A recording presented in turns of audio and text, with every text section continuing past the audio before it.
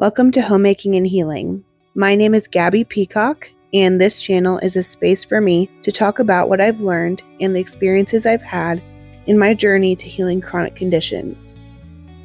While I discuss various topics in these videos, you will watch me tackle household chores, creative homemaking endeavors, and prepare food for my family. In this video, I'm going to talk about how I manage my home while dealing with chronic pain or health flare-ups.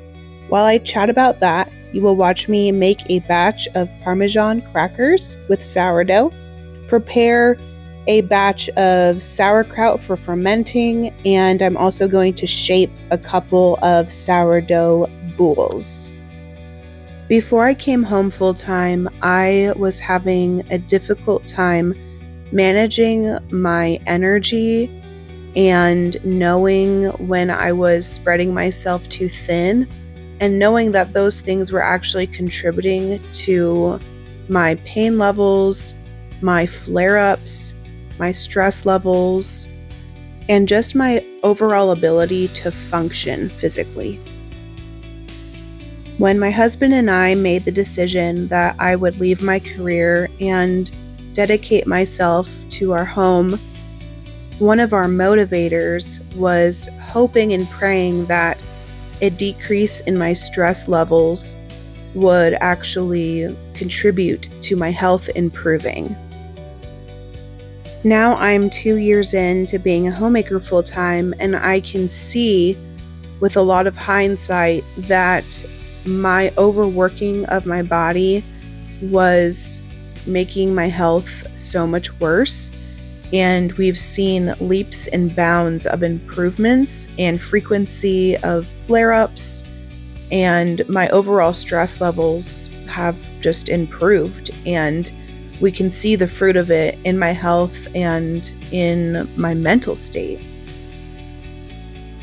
Regardless of all of the improvements, I still battle with a lot of chronic pain, chronic fatigue, flare-ups from time to time, and so I have to be really careful not to induce flare-ups by overworking my body and putting too much on my plate, and I have to be very intentional about how I order my days and my weeks so that I can keep my health and my pain levels at bay.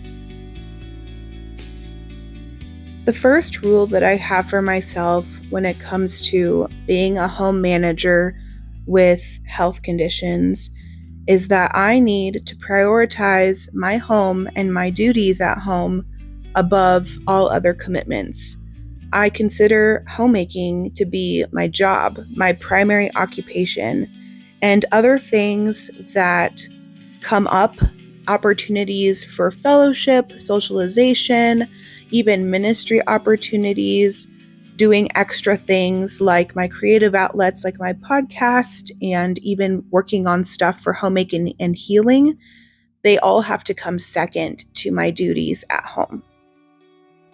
Learning to say no, maybe, or not yet has been different for me because the majority of my adult life, I've found myself jumping to volunteer for any opportunities and saying yes to everything, even if that meant I was spreading myself thin or making things unmanageable with my schedule.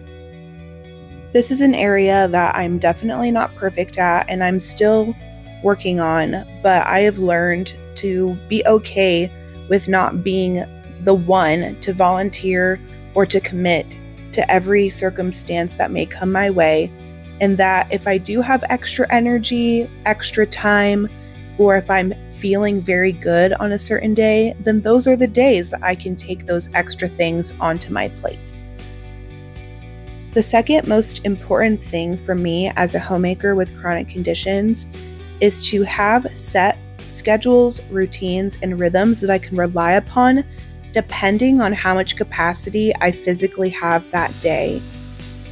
When I am having a high capacity day or week, I am able to do everything around the house, and that includes cleaning, cooking, doing extra homemaking creative things, going and running a ton of errands, catching up on things that I've been behind on, taking on extra social commitments, helping others in our community, and working on any extra creative outlets like Young and Wifed Up and Homemaking and Healing. When I have physically average capacity days, those are the days where I don't necessarily take on a whole lot of extra social commitments. I may not be jumping to volunteer to help others or do anything extra that would take me outside of the home. I would focus more on getting my duties done and then evaluate during the day or the week if I do have the ability to take anything extra on. I also probably won't be trying any new recipes or doing a deep clean or anything that would be over and above my average homemaking tasks. When I'm having a low capacity day, this is when I strip everything down to the absolute bare bones, and I only focus on 3 things for the entire day. That is a load of laundry, doing the dishes, and possibly also working on very, very simple and easy meals. There are days when in my low capacity, I can't do even those things and I'm bedridden. Thankfully, these days are far and few between, but when that happens, my husband does everything around the house, and we do end up asking for more help from our community, whether that be somebody helping us with a grocery pickup, somebody bringing dinner, or a loaf of bread, anything that really Ryan can't do himself that we need extra help with, especially when I'm having a lot of needs where I need him to be in the house or even in the bedroom if I'm having a really hard time. The last thing that has been important to me as a homemaker with chronic conditions is to be honest with myself, to truly evaluate my capacity for each day, and to not be afraid to ask for help or strip things down when I really need to. There are some days where I'm having a low capacity day, but I am ignoring my body's signals to slow down and stop. And when that happens, sometimes, sadly, I can induce a flare-up or something a little bit more mild where I'm out for the day or even several days because I wasn't listening to my body and being in tune with what I know that I can do that day. Usually, when I am ignoring my body's cues to slow down and rest, it is because I am being given over to my own anxiety.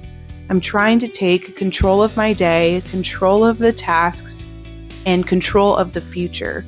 I struggle a lot with anxiety that can be disordered because I'm not trusting the Lord that He has provided everything I need for that day. God knows what is best for my body. He knows what's best for my home, for my plans. His plans are better than my plans. His ways are better than my ways. And so the more I remind myself and am refreshed by the scriptures that my days are the Lord's, I change my mindset to ask the Lord for what I need for that day and to submit to Him for what He has set forth for my day.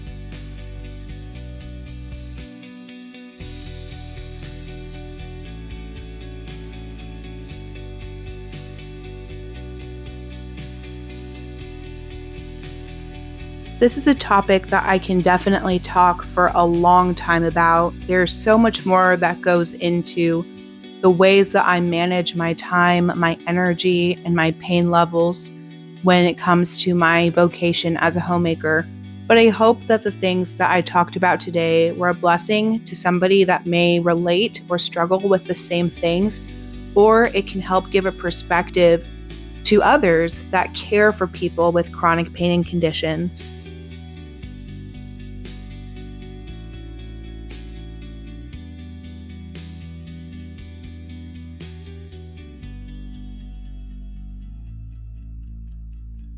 I hope you were blessed by this video, and I really appreciate you taking the time to watch and listen to my story. Please like and subscribe if you enjoy content like this. If you want to support me, I really appreciate it. I hope you have a very blessed day.